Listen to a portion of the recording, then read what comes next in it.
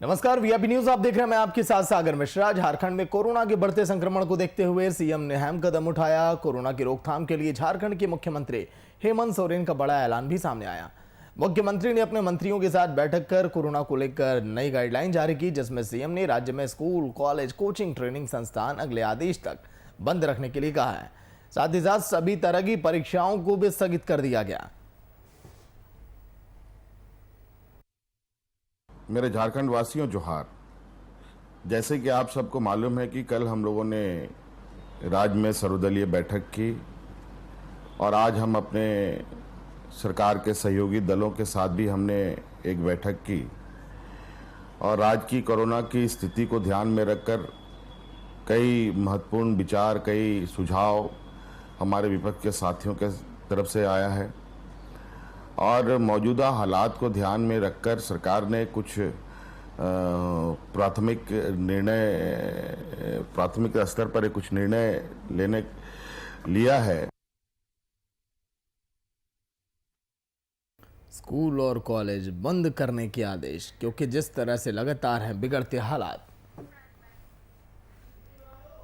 और बिहार में लॉकडाउन लगेगा या कर्फ्यू, इस पर सीएम नीतीश कुमार की हाई लेवल मीटिंग का दौर लगातार जारी है। इस बैठक में सीएम नीतीश के अलावा स्वास्थ्य विभाग के सभी बड़े ऑफिसर भी मौजूद हैं। वहीं सभी जिलों के डीएम और एसपी वीडियो कॉन्फ्रेंसिंग के जरिए जुड़े हैं। आज की बैठक में इस बात का फैसला किया जाएगा कि बिहार को कोरोना से बचाने के लिए सरकार क्या कदम उठाने जा रही है।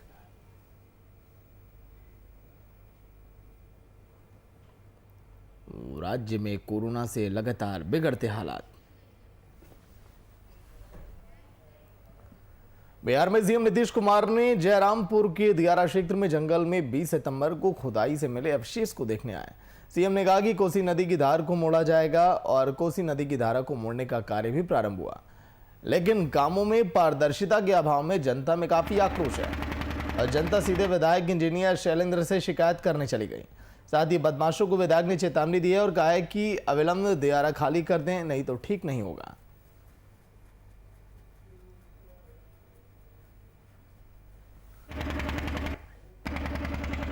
सीएम नीतीश कुमार ने आज के दिन निरीक्षण लिया। अवशेष देखने सीएम नीतीश कुमार पहुंचे। इस दौरान विधायकों से भी शिकायत की वहां के स्थानीय लोगों ने। भागलपुर की ये तस्वीर आपकी टीवी स्क्रीन पर। जंगल की खुदाई में अवशेष मिले हैं।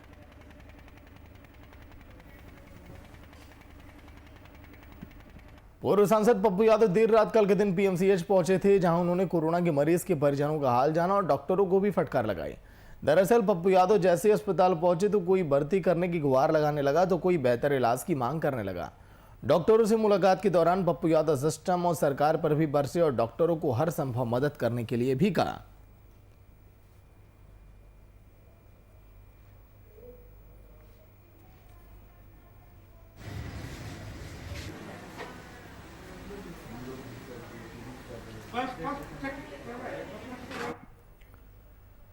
बिहार में लगातार कोरोना संक्रमण के बढ़ते मामले को लेकर सरकारी अस्पताल से लेकर निजी अस्पतालों में केवल बेड की ही फुल नहीं हुए, बल्कि मरीजों को पर्याप्त ऑक्सीजन की कमी से भी वहां पर हाहाकार मचा हुआ।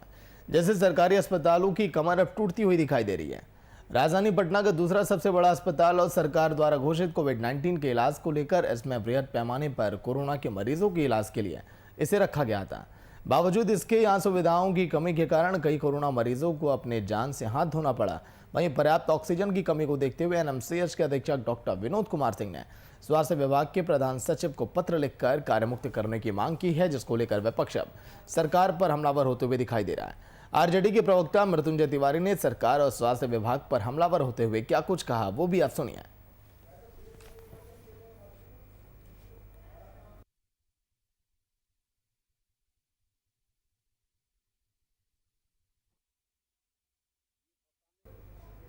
कि बिहार की राजधानी पटना के बिहार के सबसे बड़े प्रतिष्ठित अस्पताल है एनएमसीएच, वहां के अधीक्षक ने हाथ खड़े कर दिए कि हमारे पास ऑक्सीजन नहीं है।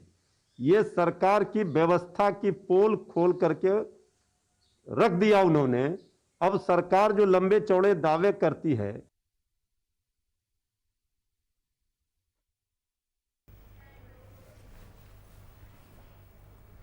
आरजेडी सुप्रीमो लालू यादव को जमानत मिलने पर आरजेडी में खुशी का माहौल है। इसी कड़ी में आरजेडी नेता रवि मस्करा के द्वारा अनोखा जश्न मनाया गया। रवि मस्करा ने लालू यादव की जमानत पर कोरोना के मद्देनजर जश्न मनाने के लिए आम लोगों को मास्क पहनाकर और सैनिटाइजर देकर खुशी का भी इजहार किया है।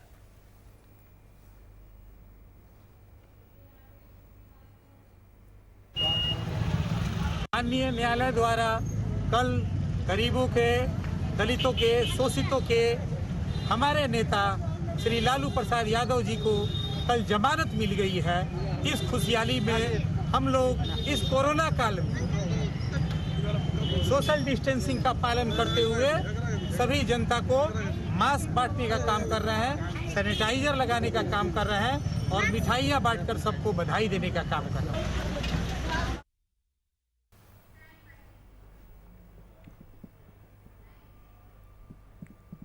आरजेडी के राष्ट्रीय अध्यक्ष लालू प्रसाद यादव को जमानत मिल चुकी है और इससे पूरे आरजेडी परिवार में खुशी का माहौल है।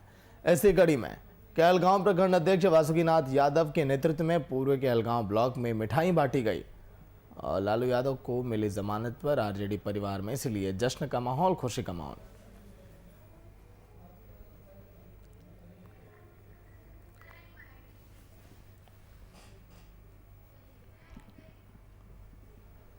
कोरोना के दूसरे चरण के बीच सुल्तानपुर में भी त्रिस्तरीय चुनाव होना है। चुनाव को लेकर नगर के पयागीपुर स्थित गणपत सहाय पीजी कॉलेज में पोलिंग पार्टियां रवाना की जा रही हैं। जिले में ग्राम प्रधान के कुल 979 पद, जिला पंचायत सदस्य के 45 और क्षेत्र पंचायत सदस्य के 1136 पद और ग्राम पंचायत सदस्य के 12,091 पद हैं, जिनमें प्रधान का एक और बीडीसी के 17 सदस्य निर्विरोध निर्वाचित हुए। वहीं जनपद में कुल 977 पदों पर कल मतदान होना है, जबकि 2 ग्राम पंचायतों में 2 प्रत्याशियों की मौत हो चुकी है, जिसके कारण वहां बाद में चुनाव कराया जाएगा। चुनाव को लेकर भारी पुलिस बल वहां पर तैनात रहेगा। इस चुनाव को संपन्न कराने के लिए 12,048 कर्मचारी लगाए गए। जनपद में कुल मतदाताओं की संख्या 19,37,642 है।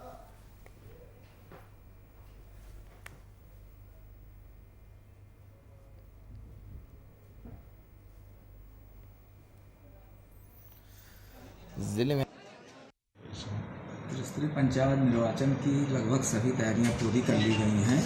पोलिंग पार्टियां हमारी सभी निर्धारित विकास खंडों से रवाना की जा रही हैं। हमारे जनपद में कुल 979 प्रधान के पद हैं, जिसमें 8,357 प्रत्याशी चुनाव लड़ रहे हैं।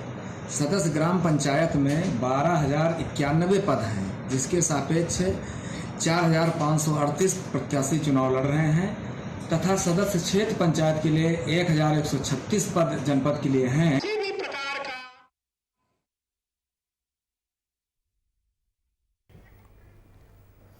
सुल्तानपुर की ये तस्वीर, जहां पर जिले में ग्राम प्रधान के कुल 979 पद पर चुनाव तैयारियां जोरों पर। प्रशासन भी पूरा मुस्तैद और उसी में लगा हुआ है कि कैसे बेहतर तरीके से काम को करवाया जाए। जिले में ग्राम प्रधान के कुल हैं 979 पद, लेकिन तैयारियां कितनी हो रही हैं, कितने मुस्तैद हैं वहां पर तमाम सुरक्षाकर्मी, जो तमाम उम्मीदवार हैं वो कैसे लोगों से वोट की अपील कर रहे हैं।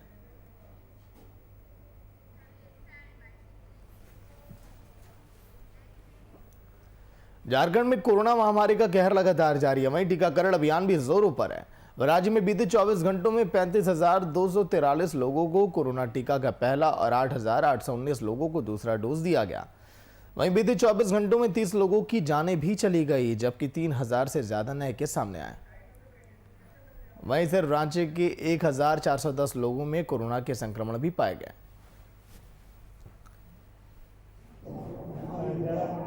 मैं जो था सचिवालय नेपाल हाउस 13 के ऑफिस में कैद किया हूँ।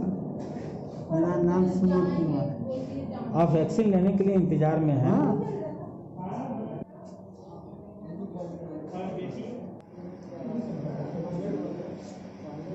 ये तो हो गया सर।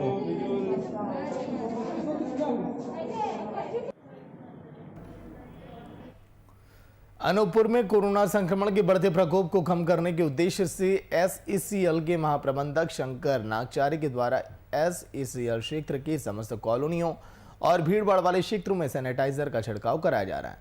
वहीं SECL महाप्रबंधक शंकर नागचारी ने समस्त जनता से अपील की है कि मास्क अनिवार्य रूप से लगाएं, साथ ही सोशल डिस्टेंसिंग का पालन आप जरूर करें। साथ ही कॉलोनी वासियों ने महाप्रबंधक नागचारी के सैनिटाइजर का छिड़काव कार्य के लिए सभी ने उसका धन्यवाद भी किया है।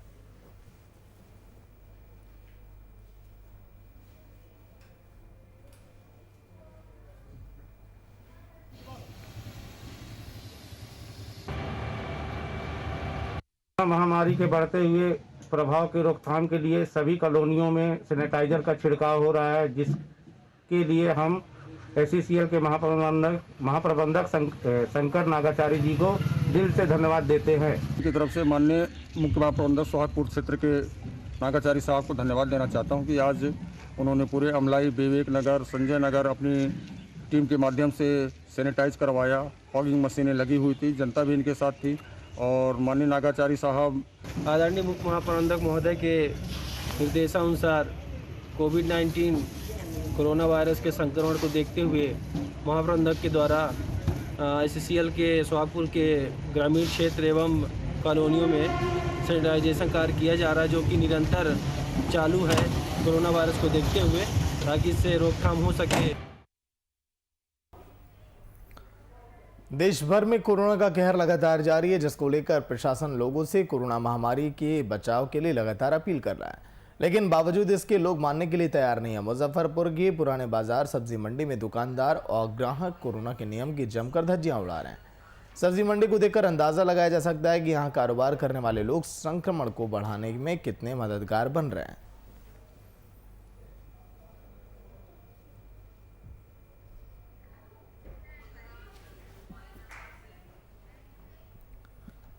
कोरोना की दूसरी लहर ने स्वास्थ्य सेवाओं की पोल खोलकर रख दी। सरकार और उसके जिम्मेदार अधिकारियों के दावों की उल्टी स्थिति लोगों को डरने पर मजबूर कर रही है। वहीं डिप्टी सीएम दिनेश शर्मा के प्रभार वाले जिले रायबरेली के जिला अस्पताल में उस वक्त हड़कंप मच गया जब वहां पर ऑक्सीजन प्लांट तकनीकी रूप से खराब हो गया। ऑक्सीजन प्लांट के बंद होते ही जिला स्वास्थ्य महकमे में अफरा तफरी मच गई। ऑक्सीजन की सपोर्ट पर भर्ती मरीजों की हालत बिगड़ने लगी, जिसके बाद आनन फानन में जिला अस्पताल के वार्ड के भर्ती मरीजों को ऑक्सीजन सिलेंडर लगाकर उनकी हालत सामान्य करने की कोशिश भी की गई।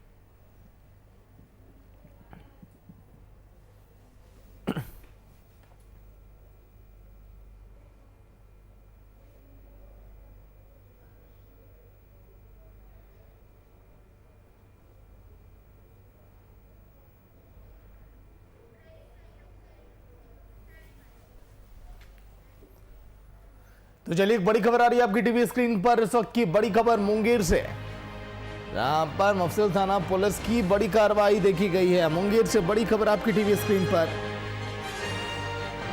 मफसिल थाना क्षेत्र से पुलिस की बड़ी कार्रवाई। मिनी गन फैक्ट्री का पुलिस ने भंडाफोड़ किया है। बड़ी खबर आपकी टीवी स्क्रीन पर। मिनी गन फैक्ट्री का पुलिस ने खुलासा किया, भंडाफोड़ किया। फैक्ट्री से अवैध हथियार बरामद किए गए। हथियारों का खेल। फैक्ट्री से बरामद किए गए अवैध हथियार।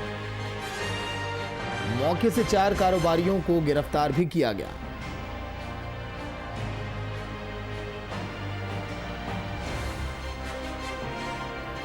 सिल थाना पुलिस की बड़ी कार्रवाई आई सामने। मिनी गन फैक्ट्री का पुलिस ने खुलासा किया।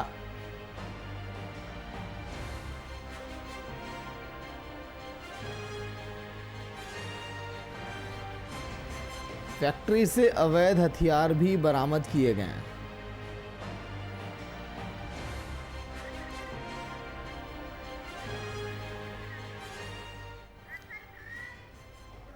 अथर खान फोन लाइन पर पूरी जानकारी के साथ। अथर, जिस तरह से एक बड़ा खुलासा किया पुलिस की टीम ने, अवैध रूप से फैक्ट्री चलाई जा रही थी, पूरी जानकारी अथर।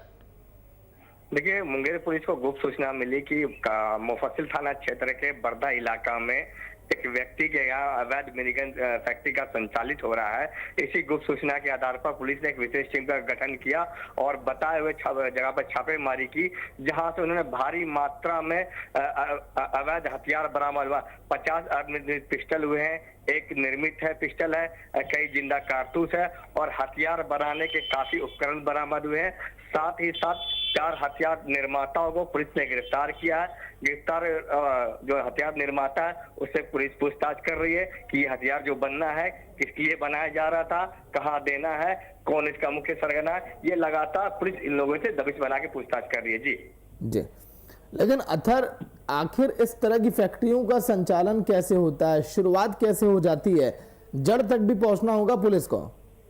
देखिए, इसकी जो शुरुआत है, सबसे पहले आपको हम ये क्लियर कर दे कि ये कम सीमित में ज्यादा मुनाफा ये काम होता है। मुंगेर में कम लागत में कम सीमित में इसमें ज्यादा मुनाफा मिल जाता है। इसी के लिए लोग लालच में हथियार की तरफ ज्यादा जाते हैं क्योंकि बेरोजगारी ज्यादा है, उद्योग बंद हो चुका है मुंगेर में। लेकिन ये हथियार जो है ये बड़े बड़े बाजारों में बिकता है और उचित मूल्य में बिकता है। इसी सब कारण लालच से लोग इस पर ज्यादा ध्यान देते हैं। पुलिस हमेशा लगातार छापेमारी करती है, लेकिन ये डाल तो वो पास वाली बात यहाँ भी कहावत होती है। जी चलिए, शुक्रिया पूरी जानकारी के लिए। आता है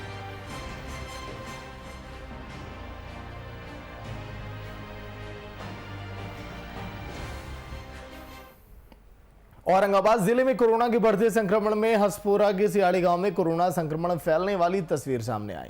दरअसल हसपुरा प्रखंड के सिहाड़ी गांव स्थित मां दलित टोला में ग्रामीणों के सहयोग से मां देवी की मंदिर का निर्माण हुआ। मंदिर में मां देवी की मूर्ति स्थापित और प्राण प्रतिष्ठा को लेकर नदी के देवरा घाट से जलाभिषेक के लिए श्रद्धालुओं ने जलभरी की शोभा यात्रा निकाली, लेकिन इस दौरान ना तो सोशल डिस्टेंसिंग का पालन किया गया, ना ही मास्क वहां पर लगाते हुए दिखाई दिए।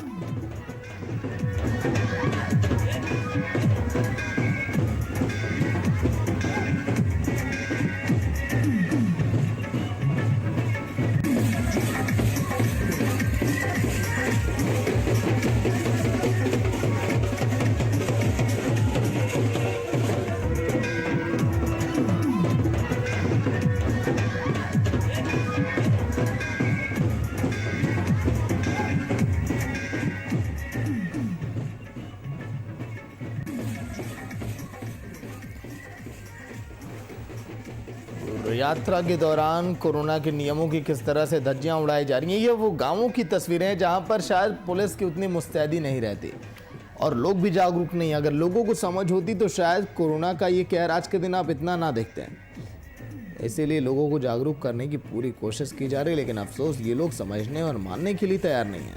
हालात कुछ ऐसे हैं।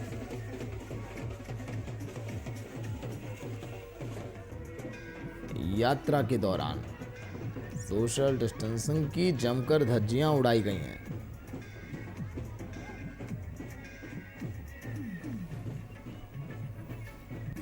औरंगाबाद की ये तस्वीरें।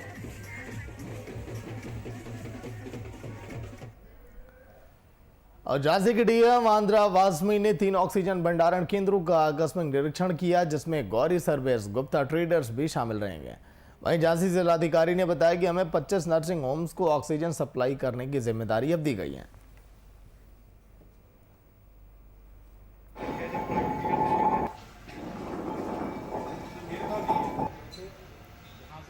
झांसी में मुख्य रूप से जो 25 प्राइवेट हॉस्पिटल्स की ऑक्सीजन सप्लाई हेतु हमारे 3 ऑक्सीजन प्लांट्स की निरीक्षण किया गया है। ये बात कहना ज़रूरी है कि गौरी गैसेस में 8 मीट्रिक टन की लिक्विड ऑक्सीजन सप्लाई की कैपेसिटी है और गुप्ता ट्रेडर्स है जहाँ पे 20,000 लीटर की ऑक्सीजन सप्लाई की ज़रूरत है। आप सब 10,000 और यहाँ पाल ट्रेडर्स में 10,000 लीटर्स की ऑक्सीजन की सप्लाई है। अब ये लिक्विड ऑक्सीजन अवेलेबिलिटी इन लोगों को भी, और यहाँ से जो मेरे पीछे आप लोग जो देख सकते हैं सारे ऑक्सीजन सिलेंडर्स, यहाँ पे तो हमारे जो इंफ्रास्ट्रक्चर है पर्याप्त है। सारे प्राइवेट हॉस्पिटल्स एवं झांसी मेडिकल कॉलेज है।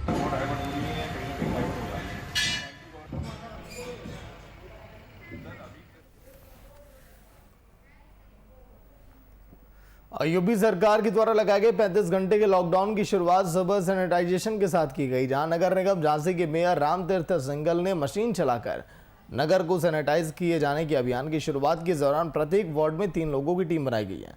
हर वार्ड को हर दूसरे दिन सैनिटाइज किया जाएगा। सैनिटाइजेशन के लिए जिम्मेदार सभी अधिकारियों और संबंधित कर्मचारियों के नंबर सार्वजनिक कर दिए गए और आम जनमानस उन नंबरों पर संपर्क करके अपने क्षेत्र की समस्याएं भी बता सकता है। इसके अलावा सोशल मीडिया के माध्यम से भी लोगों की समस्याएं उन तक पहुंच सकेंगी।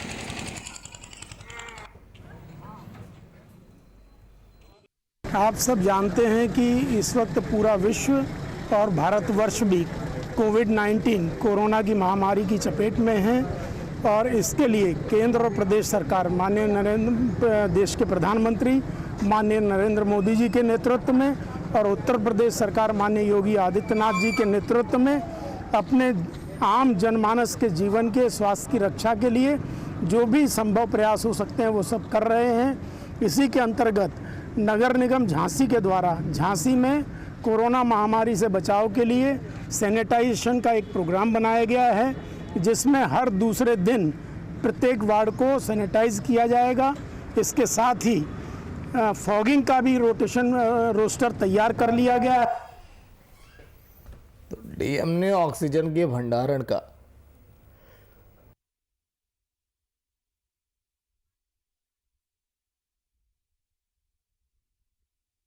वजह यह है कि कई लोग ब्लैक मार्केटिंग इसकी करने लगे हैं। 200 के सिलेंडर लोगों को 400-500 रुपये में मिल रहे हैं।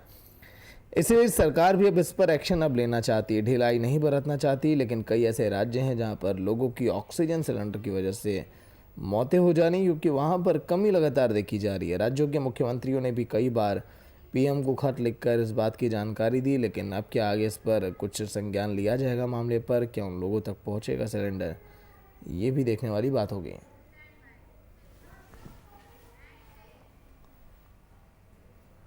औरंगाबाद की सूर्य नगरी देव में मना करने के बाद भी व्रतियों को किराए पर घर उपलब्ध कराने के आरोप में जिला प्रशासन ने जहां एक होटल को सील कर दिया, तो वहीं मंदिर के पास की फूल प्रसाद की सभी दुकानों को ही बंद करा दिया।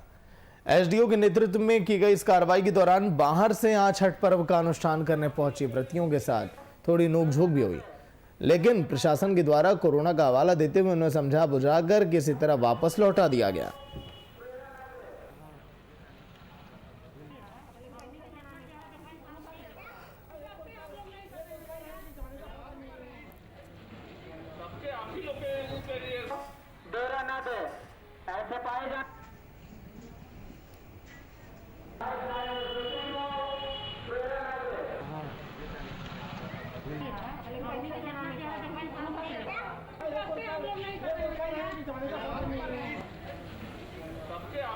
तो तमाम ऐसे मंदिर हैं जहां पर अभी भी मंदिर खुले हैं और वो व्रत रहने वाले लोग वहां पर पहुंचते हैं पूजा अर्चना के लिए, और 1-2 की संख्या में नहीं, पूरी वहां पर भीड़ हो जाती है।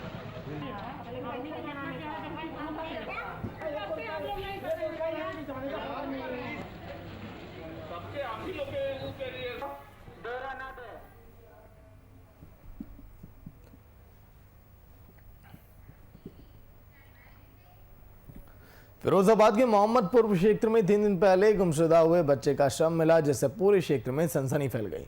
वहीं घटना के बारे में बताया जा रहा है कि पड़ोसी ने तांत्रिक मंत्र के कारण 5 साल के बच्चे की उसे भेंट चढ़ा दिया। फिलहाल घटना की सूचना मिलते ही मौके पर जिले के आला अधिकारी सहित पुलिस बल पहुंचा और शव को अपने कब्जे में लेकर पोस्टमार्टम के लिए हॉस्पिटल भेज दिया।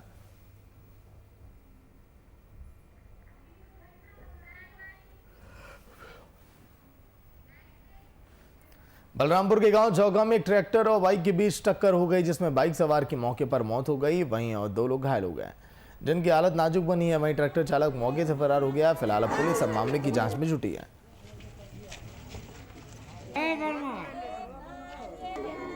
ये पीछे से क्या नाम ये आ रहे थे और ट्रैक्टर पीछे से एकदम तेजी से निकल के इनके ऊपर से कुचल के गया है। अच्छा, ट्रैक्टर कहाँ का है?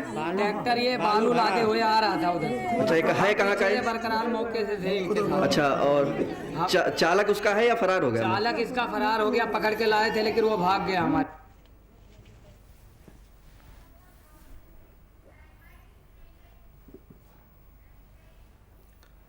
एक तरफ बाल मजदूरी को रोकने के लिए राज्य सरकार के द्वारा लाख-दावे किए जा रहे हैं, वहीं मुजफ्फरपुर जिले के मनियारी क्षेत्र के रहने वाले एक 9 साल का छात्र अपनी मां और भाइयों के पालन पोषण के लिए मजदूरी करके पेट पालने को मजबूर है। इसके घर की परिस्थिति ऐसी है कि 3 साल पहले उसके पिता का देहांत हो गया हार्ट अटैक से और किसी तरह उसकी मां ने तीनों बच्चों को पाला। अब वह बीमार है तो छोटी सी उम्र में परिवार का भरण पोषण की जिम्मेदारी अपने कंधे पर लेकर पढ़ाई छोड़कर एक सर्विसिंग सेंटर पर गाड़ियों की सफाई का काम करने लगा। इस दृश्य को देखकर लगता है कि सरकार के लाख दावे सिर्फ कागजों तक ही सीमित हैं।